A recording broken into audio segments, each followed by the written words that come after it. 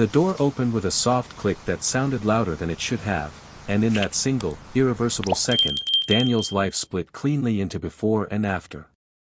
He froze in the doorway, heart slamming against his ribs, the lunch folder slipping from his fingers. The woman inside the office turned, startled, caught mid-motion, not in scandal, not in shame, but in raw, human surprise. She was the CEO. And Daniel, a single dad just trying to keep his job, had accidentally walked in on a moment he was never meant to see. What she did next would echo through every quiet morning he shared with his daughter, every tired night he wondered if life would ever meet him halfway. Daniel's days were measured in small, careful victories. Getting his 8-year-old daughter, Lily, out of bed without tears. Packing lunches that looked cheerful even when money was tight. Catching the early bus so he could be at the office before anyone noticed he'd stayed up late helping with homework. He worked as a facilities coordinator in a towering glass building where people like him blended into the background, necessary, invisible, replaceable. Since his wife's death 3 years earlier, stability had become his religion. No risks. No mistakes. Especially not the kind that could cost him his job. That morning, everything felt slightly off. Lily had forgotten her science project, and Daniel had raced back up the stairs, heart pounding, already late. At work, his supervisor asked him to deliver a set of documents to the top floor, urgent, confidential. The CEO's office. Daniel had never met her, only heard stories whispered in elevators. Brilliant. Demanding. Untouchable. He knocked, waited a second that felt long enough, then pushed the door when no one answered. That was when time seemed to pause. She stood near the window, slipping on a jacket, clearly between meetings, clearly not expecting anyone. The shock registered on her face, mirrored by panic on his. Daniel spun around instantly, words tripping over each other in apology, his face burning with humiliation. He expected shouting. Or icy dismissal. Or security. Instead, there was silence, then a steady voice telling him to wait. His stomach dropped. This was it, he thought. One mistake, and everything he'd worked so hard to hold together would collapse. When she spoke again, her tone was calm, almost gentle. She apologized, for not locking the door, for the confusion. She told him to turn around. When he finally faced her, she was fully composed, jacket on, eyes sharp but not unkind. She asked his name. Listened as he explained why he was there. Then she surprised him again by asking about Lily, whose crayon drawing peeked from his folder. He answered automatically, unsure why this woman, who ran a company worth more than he could imagine, cared about a single dad's morning chaos. She didn't fire him. She didn't even reprimand him. She thanked him for respecting her privacy and dismissed him with a nod that felt like grace. Daniel walked out dizzy, certain he'd just survived a near miss he'd never forget. But the day wasn't done with him yet. The next morning, Daniel found an email waiting in his inbox that made his breath catch, and before he could convince himself it was a mistake, his phone rang. It was her assistant, asking him to come upstairs. His hands trembled as he rode the elevator, every fear returning at once. But when he entered the office, the atmosphere was different. The CEO smiled, really smiled, and invited him to sit. She told him she'd looked into his file after he left. Not out of suspicion, but curiosity. She saw his attendance record, the flexible hours he'd never abused, the notes from supervisors about his reliability. She saw a man doing his best with what life had handed him. She shared something of herself then, something no one in the building would have guessed. She talked about how lonely success could be, how being seen only as a title stripped away humanity. That accidental moment, she said, reminded her that everyone carries vulnerability, no matter their position. Instead of punishing him, she chose to change something. She offered him a role coordinating a new internal program, one designed to support working parents, flexible schedules, on-site childcare partnerships. She needed someone who understood the struggle, not from reports, but from living it. Daniel could barely speak. He accepted, unsure if he deserved such trust. Over the following months, his life began to shift in ways he hadn't dared to imagine. His hours stabilized. His income improved. Lily spent afternoons laughing with other kids instead of waiting alone with a neighbor. And every so often, Daniel would catch the CEO watching one of the parent meetings with quiet satisfaction, as if the program healed something in her too.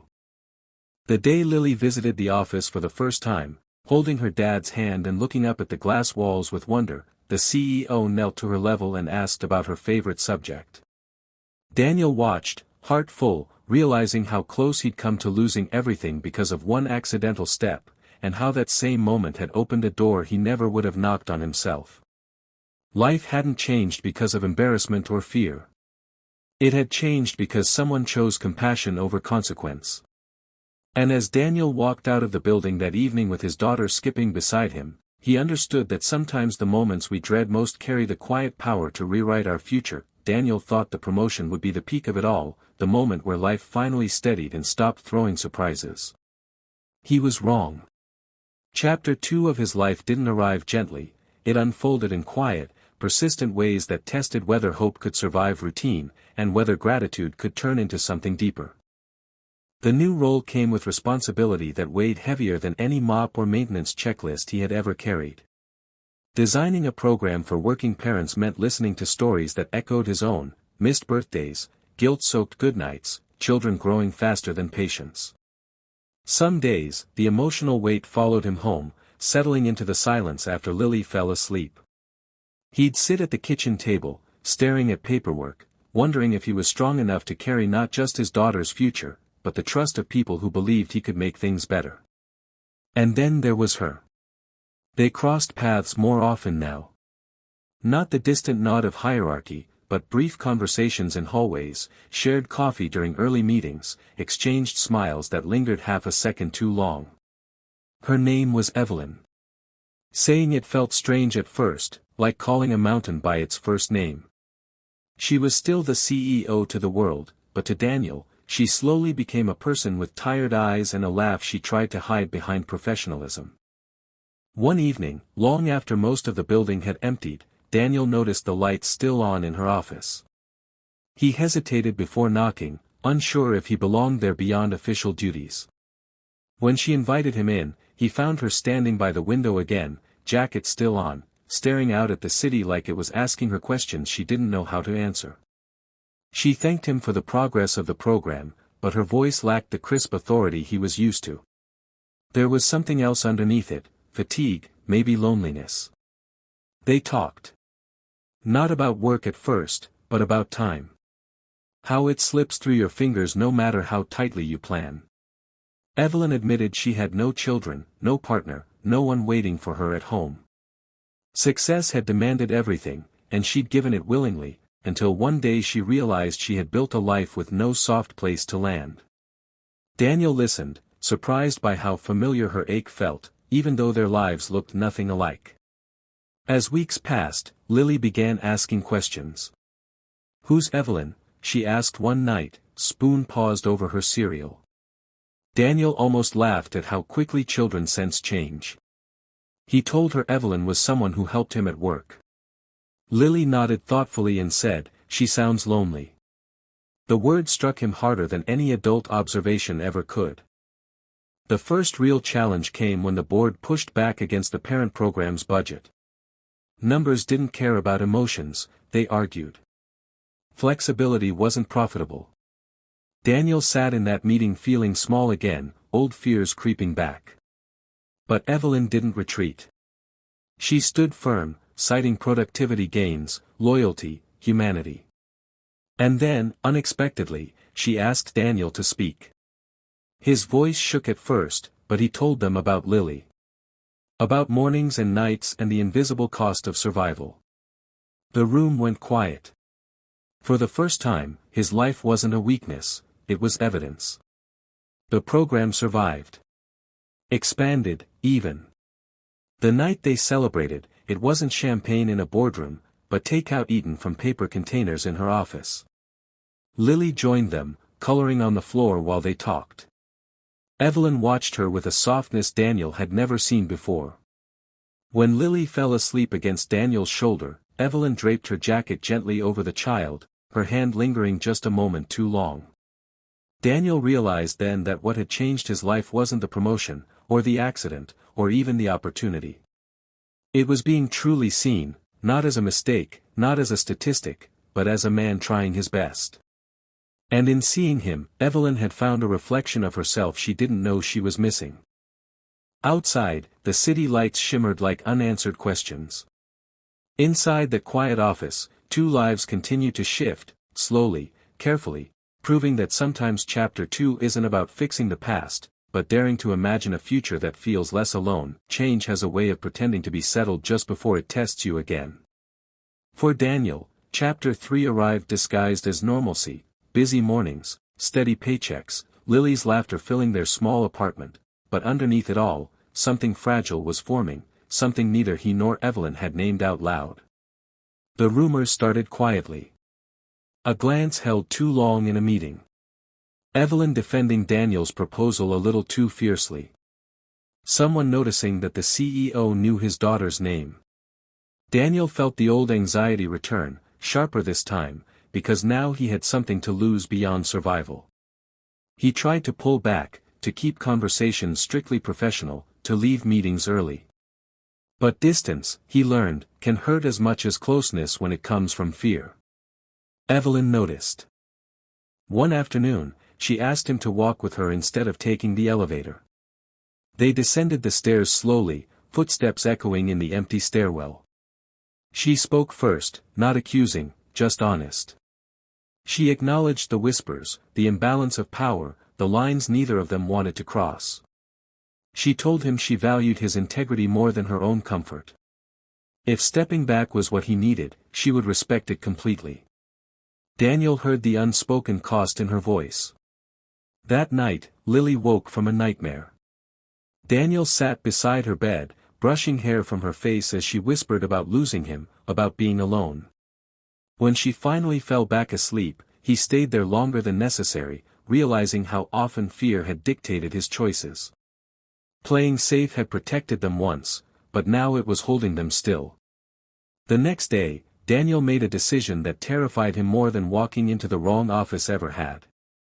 He requested a meeting with HR, fully transparent about his role, his relationship with Evelyn, and his willingness to step aside if needed. He expected consequences. What he received instead was clarity. Boundaries were set. Oversight added. His position remained because his work spoke for itself. When he told Evelyn, she didn't hide her relief. For the first time, she let herself laugh freely, the sound light and unguarded. They agreed to take things slowly, carefully, letting trust grow where secrecy once threatened. Their first date wasn't even a date, just a walk in the park with Lily between them, swinging their joined hands as she talked endlessly about school. The true test came when Daniel was offered a job at another company, higher pay, no complications, a clean slate. He sat with the offer letter long after Lily went to bed, weighing safety against meaning. When he told Evelyn, he expected her to push him toward it.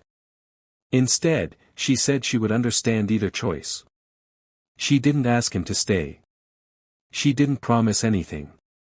She simply told him the truth. His presence had changed more than a program. It had changed her. Daniel declined the offer.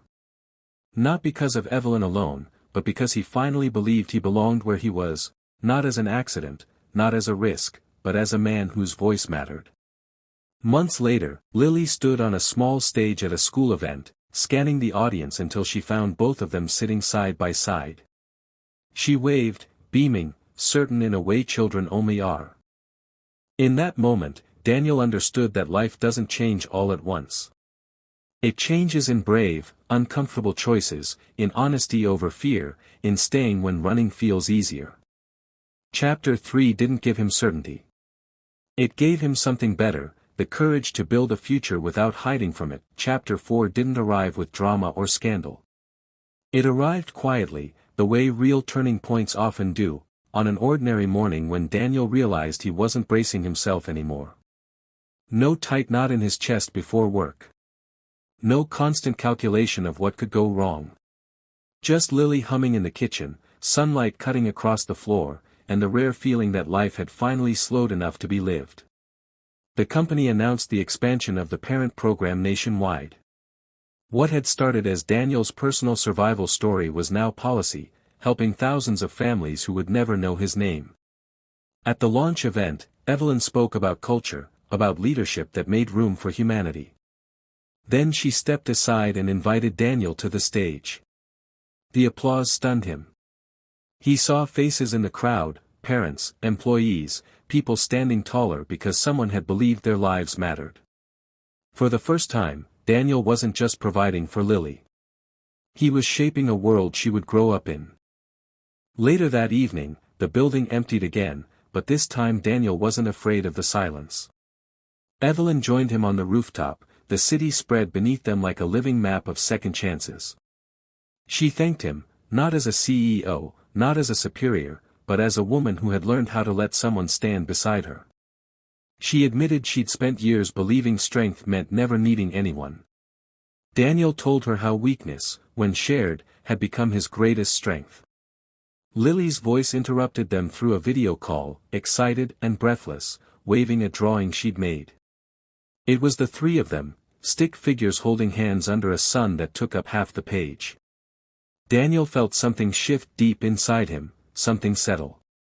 Evelyn watched the screen with quiet emotion, not looking away this time. Weeks later, on a modest weekend trip away from the city, Evelyn asked Daniel a question she'd rehearsed 100 times and still feared asking. It wasn't about marriage or forever. It was simpler and braver than that. She asked if they could build a life that made space, for love, for Lily, for mistakes, for growth. Daniel didn't answer right away. He watched Lily chasing waves along the shore, her laughter carried by the wind, and thought about how far they'd come from fear and survival. He said yes. The future didn't promise perfection. There would be hard days, misunderstandings, sacrifices. But it would be honest. Shared. Chosen. Daniel realized that the moment he'd once wished he could erase, the accidental step through the wrong door, had been the doorway to everything that mattered. Not because of luck, or power, or romance, but because two people chose empathy when the world expected judgment.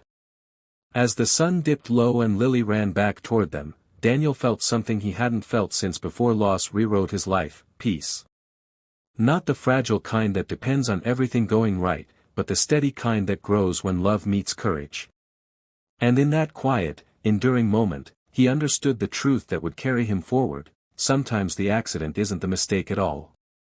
It's the beginning. Chapter 5 unfolded not as an ending, but as a settling, a deep exhale after years of holding breath.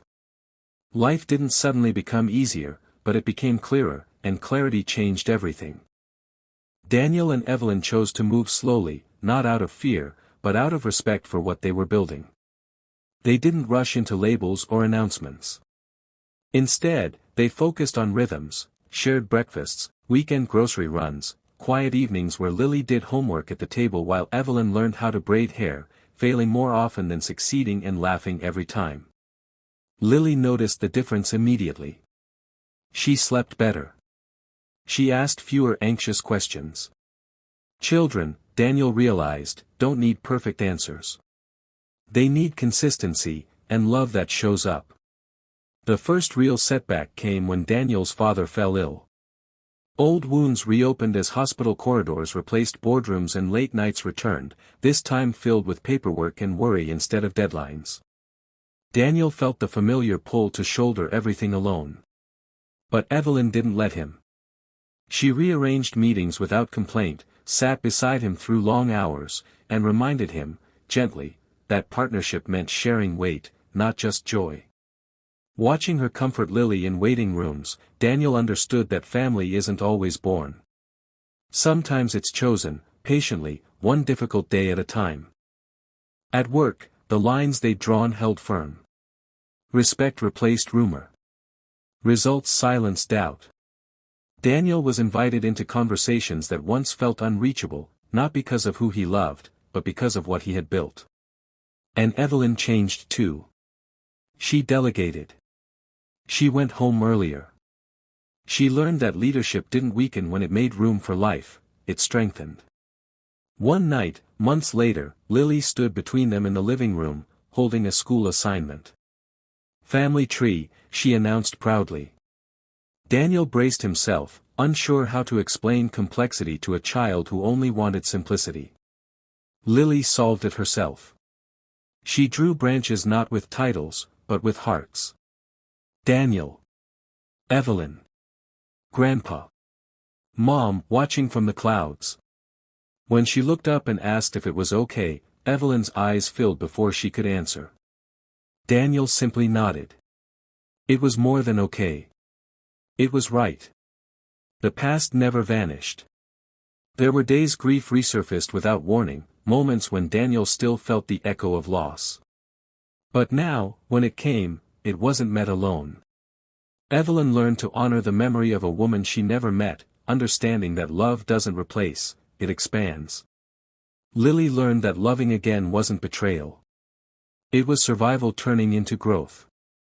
On the anniversary of the day Daniel had walked into the wrong office, they stood together on the same rooftop where so much had quietly changed. No speeches. No promises carved in stone. Just hands intertwined and the understanding that life rarely changes in grand, planned gestures. It changes when people choose kindness over fear, honesty over silence, and courage over comfort. Daniel looked out at the city, once overwhelming, now full of possibility. He hadn't become someone else. He hadn't escaped hardship. He had simply walked forward when it mattered. And in doing so, he had given his daughter something more valuable than security or success. He had given her proof that even after loss, life can open a door, and if you're brave enough to step through, it might just lead you home.